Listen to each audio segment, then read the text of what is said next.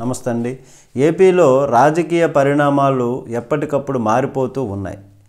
ముఖ్యమంత్రి చంద్రబాబు గారు, ఉప ముఖ్యమంత్రి పవన్ కళ్యాణ్ గారి సారథ్యంలో అధికారంలో ఉన్నటువంటి సంకీర్ణ కూటమి జనసేన, టీడీపీ, బీజేపీ, జనసేన కూటమి ప్రభుత్వంపై వ్యతిరేక పోస్టులు పెడుతున్నారనేటటువంటి కారణంతో YSR Congress party social media కార్యకర్తలను పోలీసులు అరెస్ట్ చేస్తున్నటువంటి విషయం అందరికీ కూడా తెలిసినటువంటి విషయమే.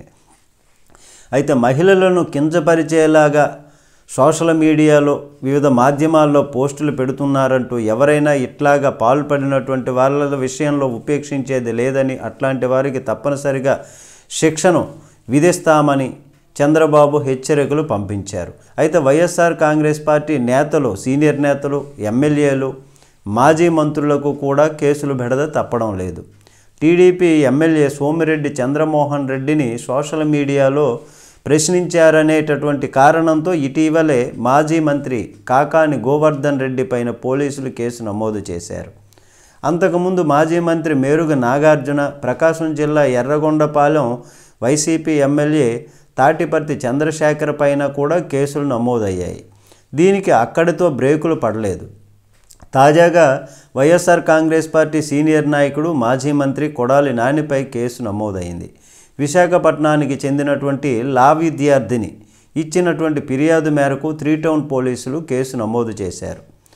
వైసీపీ అధికారంలో ఉన్నప్పుడు కొడాలి నాని చేసినటువంటి వ్యాఖ్యలు తీవ్ర అభ్యంతరకరమని ఆ విద్యార్థిని ఫిర్యాదులో పేర్కొంది. శాసనసభ్యుడిగా, ఒక మంత్రిగా ఉన్నత హోదాలో ఉంటూ మీడియా సమావేశాల్లో అభ్యంతరకరమైనటువంటి పదాలను వాడారని, బాధ్యతారహితంగా వ్యవహరించారని ఆమె చెప్పుకొచ్చారు. ముఖ్యమంత్రి చంద్రబాబు, మంత్రి నారా లోకేష్పై అసెంబ్లీలోనూ అసభ్య పదజాలంతో దూషించారని లిఖితపూర్వకంగా ఫిర్యాదు చేశారు.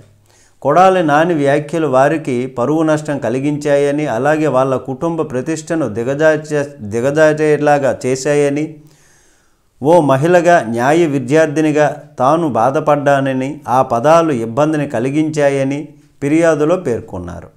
బహిరంగంగా ఒకరిని బాడీ షేమింగ్ చేయడం అనేటటువంటిది నేరపూరితమని, ఈ చర్య యువతులపైన ప్రతికూల ప్రభావాన్ని చూపిస్తుందని, సోషల్ మీడియాను దుర్వినియోగం చేసినట్టు అవుతుందని ఆమె అన్నారు. ఆయా చట్టాలకు అనుగుణంగా కొడాలి నానిపైన కేసు నమోదు చేయాలని పోలీసులను ఆమె కోరారు.